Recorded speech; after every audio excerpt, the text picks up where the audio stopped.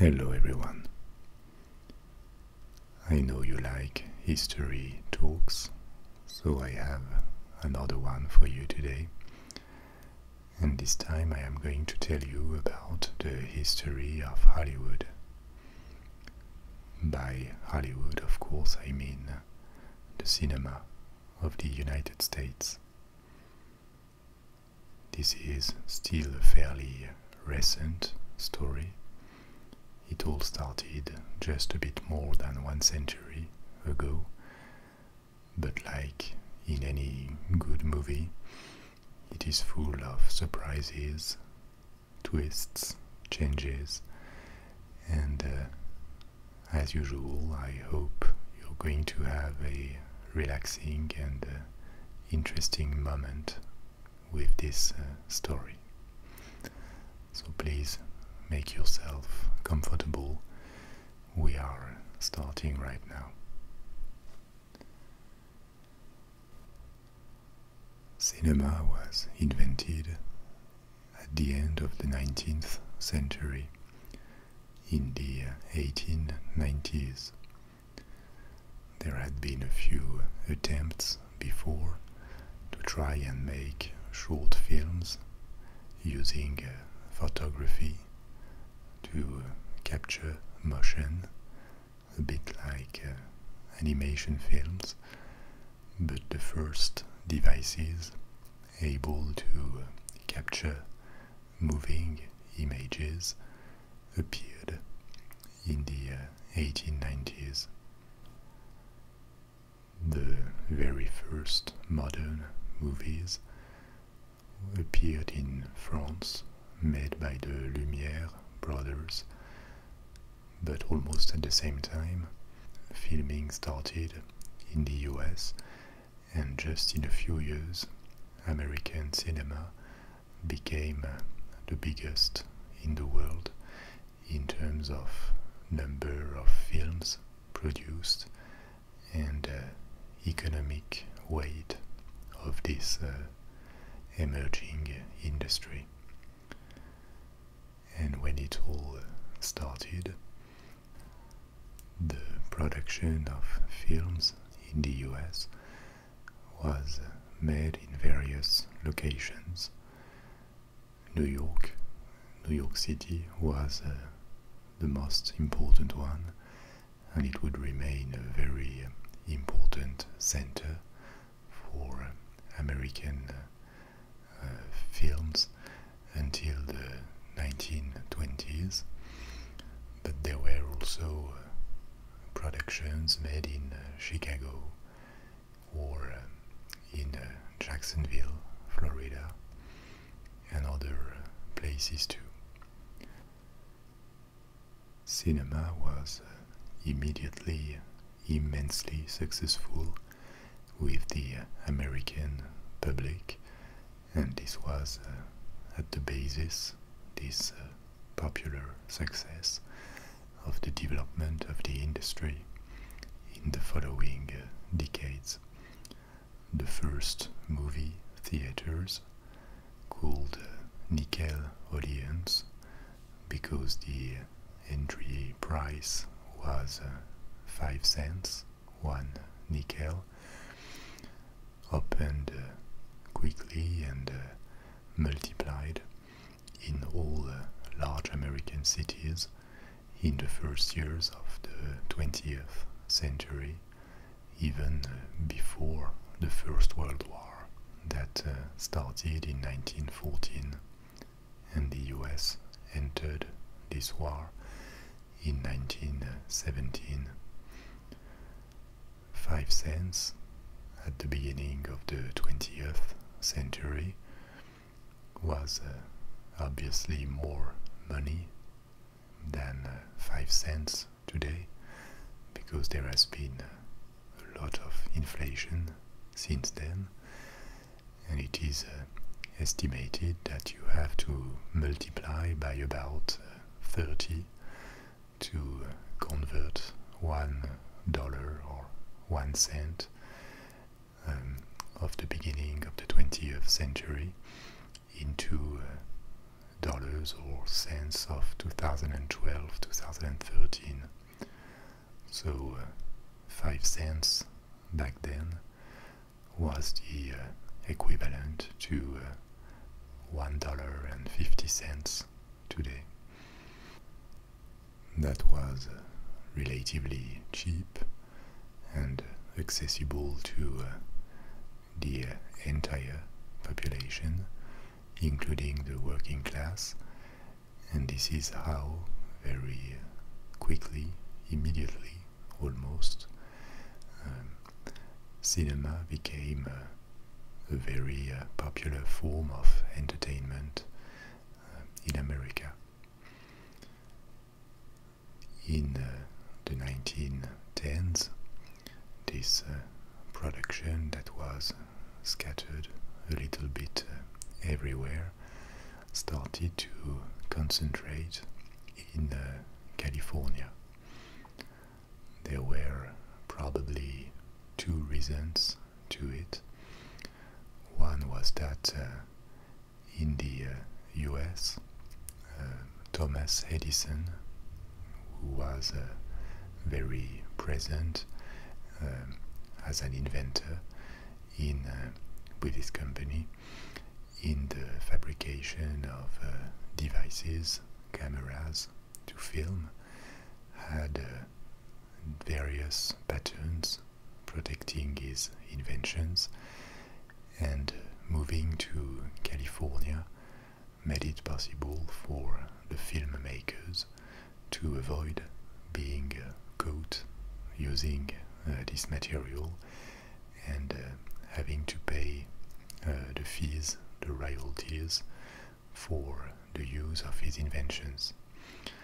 But more importantly, California was chosen for the climate, for the sun, and the stability of the weather, so that quite early, between 1910 and the beginning of the 1920s, Los Angeles, and more precisely the little town of Hollywood, became central to the production of films in the US, a position that they have been retaining for almost a century now.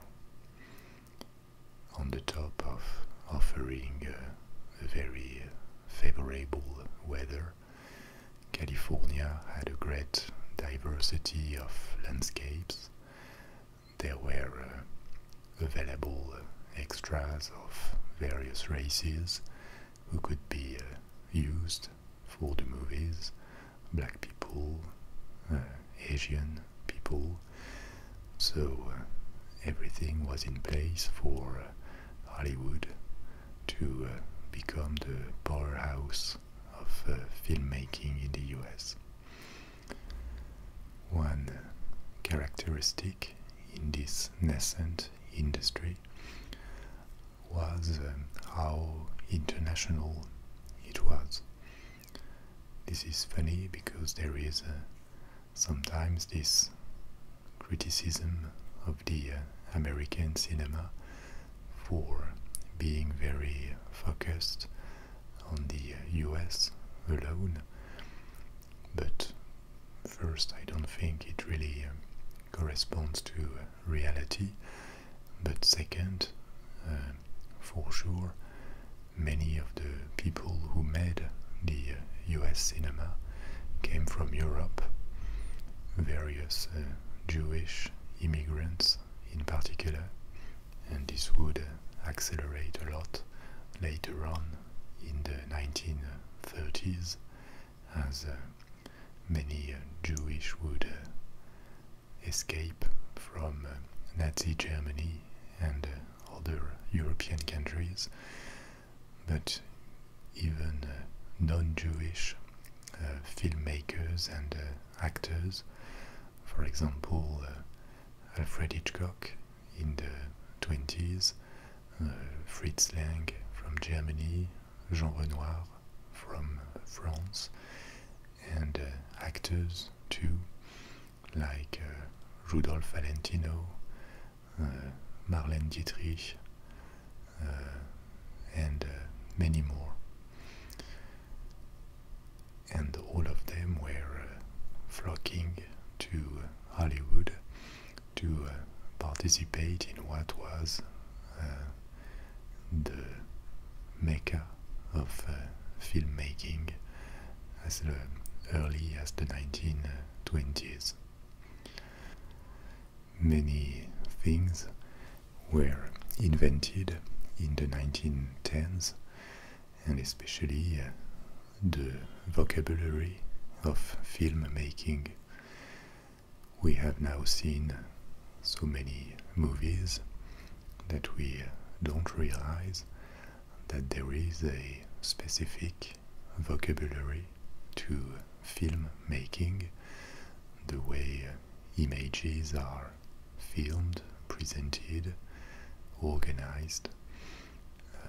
All of that looks natural, obvious now, but films were an innovation in this time, and this vocabulary of telling stories in films had to be created, and there was one very important movie in 1915 called Birth of a Nation, the nation being the United States, in which many of the modern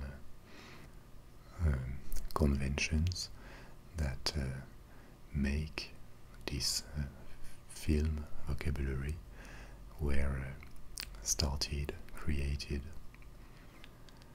It didn't take long for a star system to appear with the movie industry.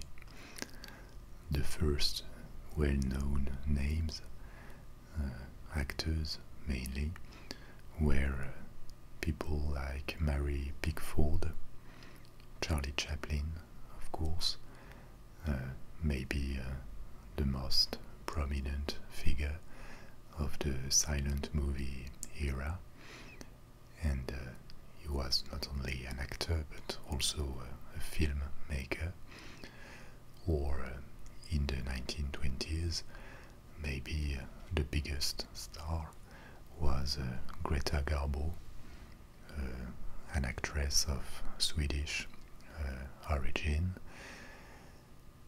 and most of these stars actually disappeared, were forgotten with the arrival of talking movies with sound by the end of the 1920s.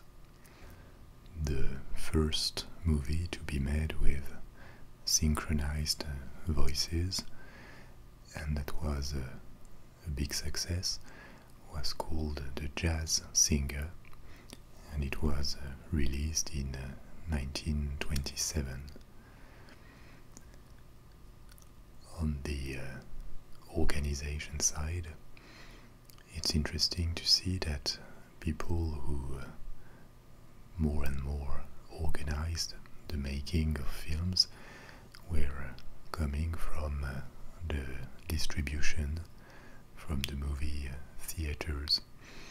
They had opened many Nickelodeons where the films were presented, and these men, whose names will tell you something, Goldwyn, Fox, Mayer, the Warner Brothers, were the first to create film studios, moving upstream in the value chain of the cinema industry, starting to produce and organize the making of the movies. They were setting the ground for the appearance and the organization of the whole industry around the studios, an organization that would dominate the 1930s and 1940s. And even though the studios would lose a lot of importance later on. Their names are still with us today. Companies like MGM, like 20th Century Fox, like Warner Bros. Were founded or appeared in this period. By the end of the 1920s, cinema had become something really huge in the US, and the next 2 or 3 decades are often called the Golden Age of Hollywood, from the late 1920s to the 1950s. Why is it a golden age? First, because of the impact on the population that we have a hard time imagining today.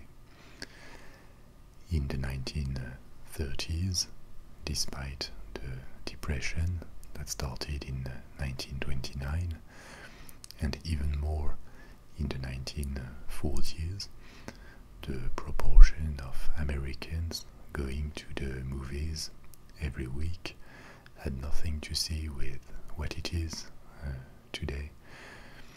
In the 1940s, for example, more than 60% of the Americans went to the movies every week. It's now closer to 10% only. In the 1940s too, there were 90 million tickets sold every week in a country which had 130 million inhabitants.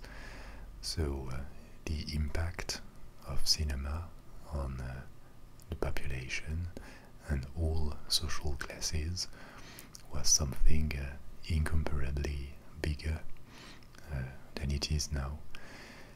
And it is during this period that the star system gained an importance that we have a hard time imagining today. Of course, there is still a star system, but there are not tens of millions of people going to the movies just to see one famous actor, like in the 30s or the 40s. Many mythical names, such as Humphrey Bogart, Clark Gable, Katharine Hepburn, Fred Astaire, Ginger Rogers, Joan Crawford, John Wayne, James Stewart, and I could name dozens more that we all know or all have heard about,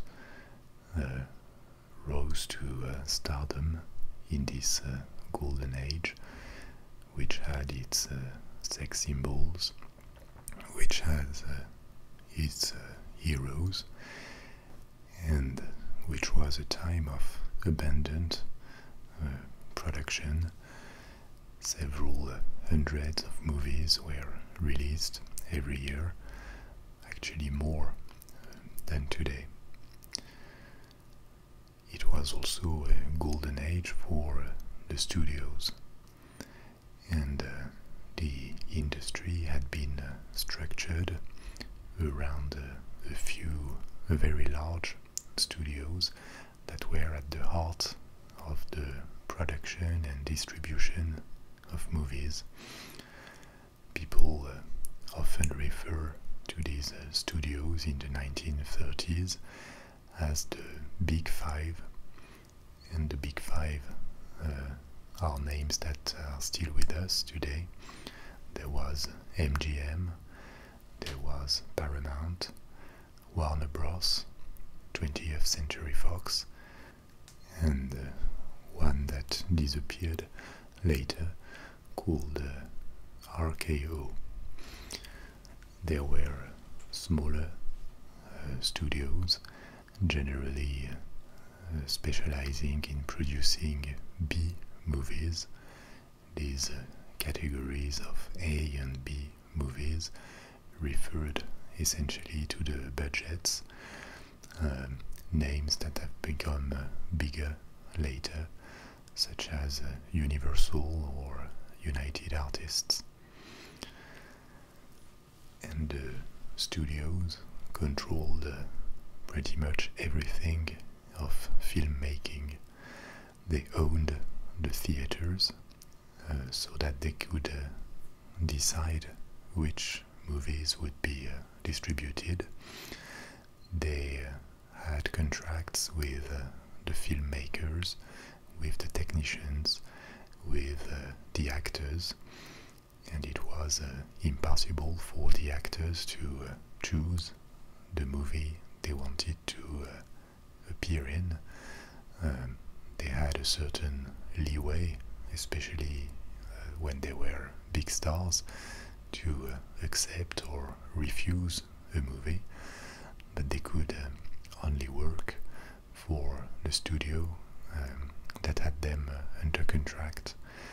And actually, this system has now totally changed. The actors are independent from the filmmakers and producers. They have much more power today. That was not the case until the 1960s, 1970s, when the organization of the industry around studios disappeared. And it disappeared because there was a antitrust problem in an industry that had become so concentrated in a few hands that it was impossible for newcomers to enter it, especially the control over the distribution was a big competition issue, and the studio system was dismantled in the 40s and 50s, with the studios forced to abandon distribution. The production of movies was also organized by a code that the studios had agreed on, called the Hays Code. That was a moral reaction to the production of the 1920s. Since until the 1920s the production was free, many productions, many movies looked a bit scandalous. There were even scenes in silent movies of the 1920s of almost orgies, and in a society that was still fairly conservative, given the importance that cinema had taken as a form of entertainment, that was difficult to bear for morality leagues or for the government. So in order to avoid more complications, the studios agreed on this Hays Code that determined norms of decency in the movies. This would disappear in the 1960s and 70s, when by a decision from the Supreme Court in the US, movies were considered works of art, which eliminated all censorship of these works. But still, in the 30s and 40s and 50s, cinema was massively important in the US and in the US society. And with the domination of this form of entertainment, the first criticisms of the movie industry in the US appeared against a cinema industry that gave a very particular image of the American society in terms of moral values, in terms of ethnicity, of course.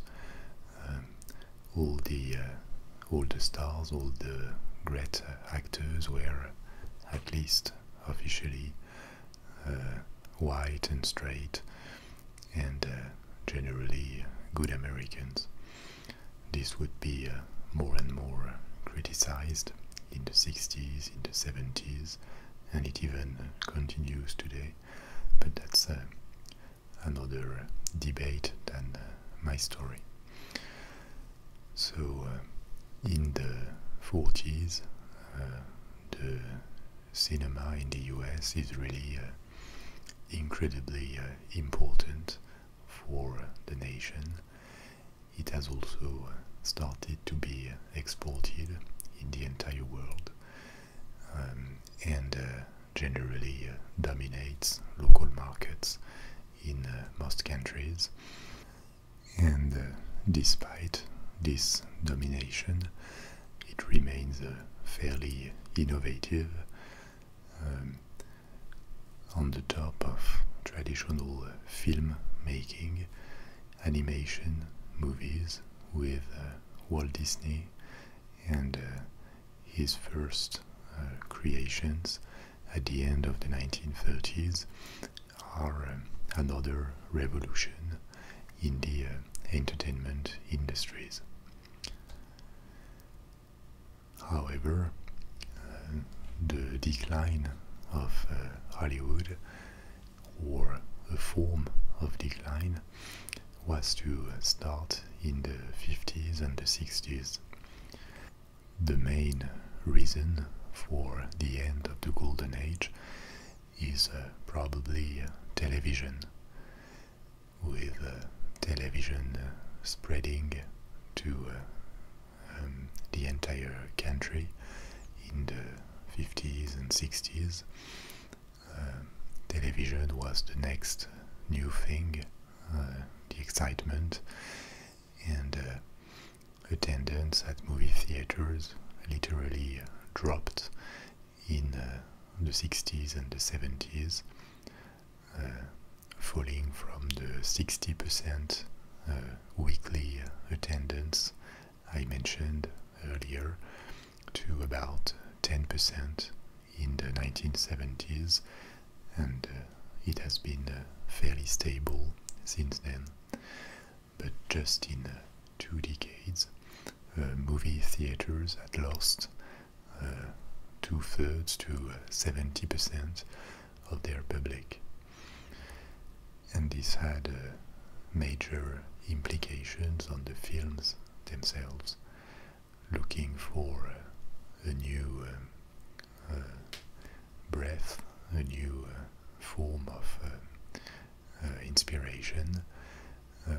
Movie makers from the 60s and the 70s looked for inspiration elsewhere.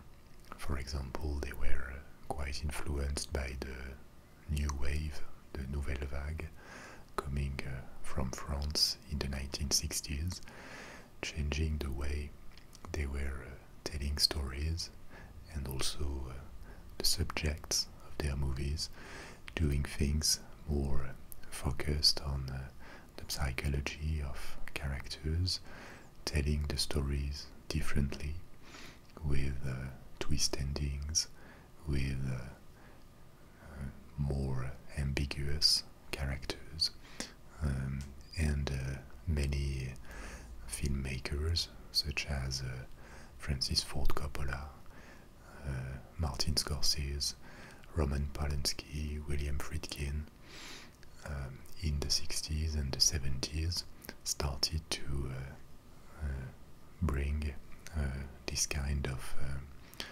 movies. There were also genre movies that emerged in the 70s, in particular in the horror and thriller genres. Movies like The Exorcist, Jaws by Steven Spielberg, a newcomer of the 70s, or movies that were more critical of the US and its foreign policy. Apocalypse Now by Coppola, for example, or The Godfather, about the mafia. So in the 60s and 70s, despite the drop in audience, the American cinema changed and reinvented itself in a quite fascinating way. And the economic model, even though another hit arrived for movie theaters in the 80s with the home video market, when home video recorders started to spread, the industry changed progressively its business model, with studios focusing on the production of blockbusters. This had started with a few blockbusters of the 70s, like Jaws that I mentioned, and very importantly, the first Star Wars movie in 1977, totally changing the way the studios were functioning.